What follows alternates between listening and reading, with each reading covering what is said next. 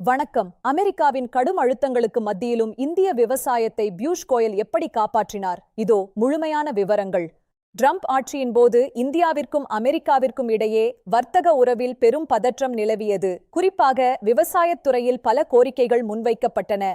குறிப்பாக விவசாயம், பால் பண்ணை மற்றும் மீன்வளத் துறைகளில் இந்திய சந்தைகளை திறக்க அமெரிக்கா அழுத்தம் கொடுத்தது.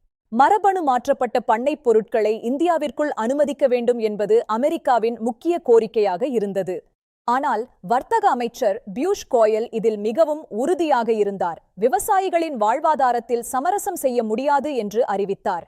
இந்தியாவின் கோடிக்கணக்கான விவசாயிகளின் நலனே எங்களின் முதல் முன்னுரிமை என்று கோயல் மீண்டும் மீண்டும் வலியுறுத்தினார். கோதுமை, அரிசி, பால் பொருட்கள் போன்ற உணர்திறன் வாய்ந்த பொருட்களின் மீது எந்த வரிச் சலுகையும் வழங்கக்கூடாது என்பதில் இந்தியா தெளிவாக இருந்தது. முக்கியமாக அமெரிக்காவின் மரபணு மாற்றப்பட்ட சோளம் மற்றும் சோயாபீன்ஸ் இறக்குமதிக்கு இந்தியா அதிரடியாக தடை விதித்தது. இந்த பேச்சுவார்த்தைகளில் இந்தியா ஒரு வலிமையான நிலையில் இருந்து செயல்பட்டது என்று கோயல் தெரிவித்தார். $4 டிரில்லியன் பொருளாதாரமாக இருக்கும் இந்தியா யாருக்கும் அஞ்ச வேண்டிய அவசியமில்லை என்ற நம்பிக்கையுடன் பேச்சுவார்த்தையில் இறங்கியது. இதன் விளைவாக இந்திய பொருட்கள் மீதான அமெரிக்காவின் வரி 50%-இலிருந்து 18% குறைக்கப்பட்டது. இது மற்ற நாடுகளுடன் ஒப்பிடும்போது இந்திய ஏற்றுமதிக்கு மிகப்பெரிய போட்டி நன்மையை வழங்கியது. மசாலா பொருட்கள், தேயிலை மற்றும் காபி போன்ற இந்திய விவசாய பொருட்களுக்கு அமெரிக்க சந்தையில் வரி இல்லாத அனுமதி கிடைத்தது.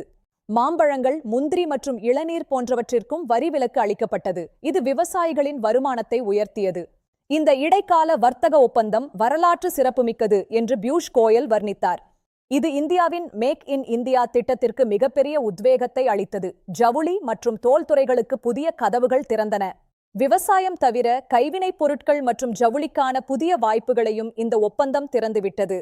இந்தியாவின் மருந்துப் பொருட்கள் மற்றும் ஆபரணங்களும் அமெரிக்காவில் வரியில்லாத நிலையை எட்டியுள்ளன.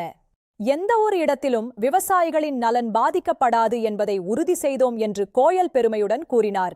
எதிர்க்கட்சிகளின் விமர்சனங்களை முறியடித்த கோயல், இந்த ஒப்பந்தம் இந்தியாவின் தேசிய நலனை மையமாக கொண்டது என்றார். அமெரிக்காவின் வெள்ளை மாளிகை அறிக்கையில் கூட இந்தியாவின் அழுத்தத்தால் மாற்றங்கள் செய்யப்பட்டன. விவசாயம் என்ற சொல் நீக்கப்பட்டது.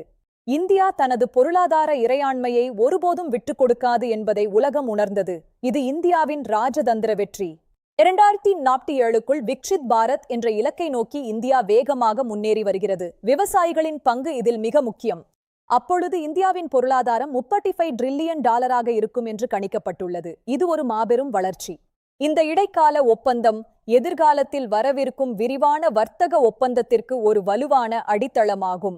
இந்தியாவின் பல்வேறு தயாரிப்புகளுக்கு அமெரிக்க சந்தையில் புதிய மற்றும் எளிதான வழிகள் திறக்கப்பட்டுள்ளன.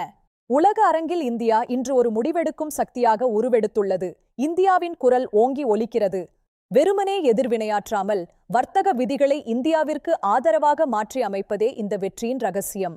விவசாயிகளின் செழிப்பு மற்றும் தேசத்தின் வளர்ச்சி, இதுவே புதிய இந்தியாவின் தாரக மந்திரம். ஒவ்வொரு விவசாயியும் நாட்டின் தூண்.